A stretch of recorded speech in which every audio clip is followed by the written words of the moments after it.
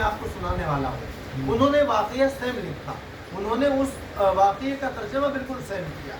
علامہ جلال الدین سیوطی علیہ الرحمہ سے پوچھا گیا کہ یہ قرآن کی 114 صورتیں جو مسلمانوں میں رائج ہے، جبکہ اگر آپ کاؤنٹنگ کریں گے تو کچھ زیادہ وہ صورتیں نکل سکتی ہیں، دیکھیے گا 114 صورتیں جو قرآن میں موجود ہے، اور کئی لاکھ کچھ ہزار 86,000 کتنی آیتیں جو موجود ہیں۔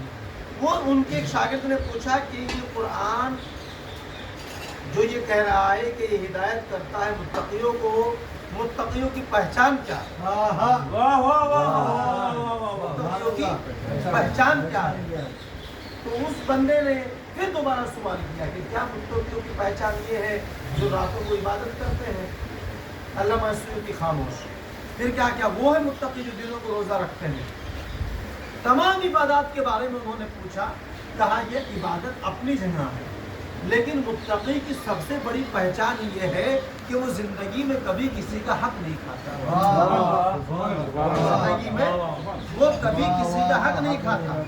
پھر انہوں نے کہا کہ پورا اسلام اس ایک جملے میں چھپا ہوا ہے، کسی کا حق، کسی کا، سمجھے ہے نا، کسی کا نہ اپنے پیدا کرنے والے کا حق کھاتا ہے۔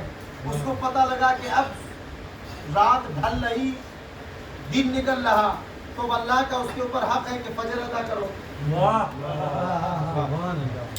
اب دن ڈھلا، آدھا دن چلا گیا، اب اللہ کہتا ہے تمہارا آدھا دن چلا گیا، اب پھر تم اس کا شکریہ ادا کرو کہ پروردگار تو نے مجھے آدھا دن گزارنے کی توفیق بخشی، اب ظہر ادا کرو۔ پھر کچھ اور وقت ڈھلا تو عصر ادا کرو۔ اب دن جانے والا ہے، جا چکا ہے، رات آ رہی ہے، کہا کہ مغرب ادا کرو۔ اب جب کچھ اور حصہ گزر جائے تو کہا عشاء ادا کرو۔ یہ اللہ کا حقوق ہمارے اوپر ہے، ان حقوق سے کوئی مسلمان نہیں بھاگتا۔ لیکن جو اللہ کے جس کو پڑھ کر کے ہم اللہ کے قریب آئے، اسی کو پڑھنے کا دوسرا جز کیا ہے؟ اگر کوئی لا الہ الا اللہ پڑھتا ہے تو مومن نہیں ہو سکتا، متفق طور پہ سب کا فیصلہ ہے۔ لا الہ الا اللہ پڑھنے والا ابو جہل بھی تھا، تاریخ اگر آپ دیکھیں گے تو اس نے اللہ کا انکار نہیں کیا تھا، اللہ کو وہ مانتا تھا، لیکن اس کو تکلیف اگر صرف تھی تو کس سے تھی؟ محمد رسول اللہ سے۔ یعنی جس نے لا الہ الا اللہ کا اقرار کیا اس نے اللہ کی توحید کو مان لیا، اور جس نے محمد الرسول اللہ کا اقرار کیا اس نے رسول کی رسالت کا اقرار کر لیا۔ کیا متقی ہو گیا؟ لا الہ کہہ کر کے مسلمان ہو گیا، محمد الرسول اللہ کہہ کے مومن ہو گیا، لیکن متقی یہاں نہیں ہوگا۔ علامہ دہلوی نے لکھا، علامہ سیوطی نے لکھا، کئی عالموں نے لکھا ہے کہ متقی کی پہچان کیا ہے۔ تاریخ میں اگر آپ دیکھیں گے بہت بڑے بڑے جید علماء، بہت بڑے بڑے جید صحابہ کرام کے بارے میں ہماری جانیں قربان ہے صاحب کے اوپر۔ ہم تو اپنے رسول کے اصحاب کے جوتے کے نیچے لگی ہوئی جو خاک ہے نا، مٹی، اس کو ہم اپنی آنکھ کا سرما بنا لیں، وہ بھی ہمارے لیے ہم سمجھتے بڑے خوش قسمت ہیں۔ لیکن شرط ہے کہ رسول کے صحابی ہو تو سبحان اللہ، انکار تھوڑی کر رہے ہیں۔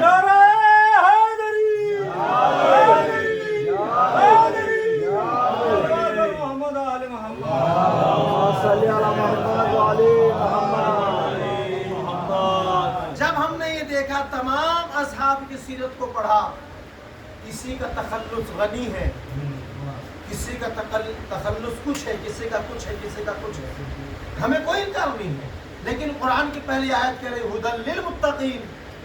اب یہ ہدایت کرتا ہے متقیوں کو، تو متقیوں کی ایک جماعت ہے، جماعت کے لیے ایک رہبر ہوتا ہے، جماعت کا ایک سردار ہوتا ہے۔ جب ہم نے تمام تخلصوں کو صحابہ کے پڑھا تو اس متقی جماعت کا کوئی رہبر ملا ہی نہیں، کوئی امیر المسلمین ملا، کوئی امیر المومنین ملا۔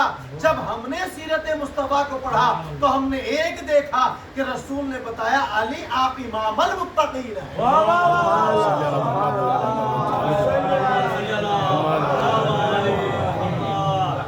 اب متقیوں کو اپنا امام اگر چننا ہے اپنی مرضی سے جس کو چاہے بنا لے، لیکن رسول بتا کے جا رہے ہیں۔ علامہ عبید اللہ امرتسری جنہوں نے ہندوستان میں آج 10 سال 20 سال نہیں بلکہ آج سے تقریباً 350 سال پہلے امرتسر کے اندر جنم لیا تھا، امرتسر کے اندر پیدا ہوئے، انہوں نے ایک کتاب لکھی ارجح المطالب،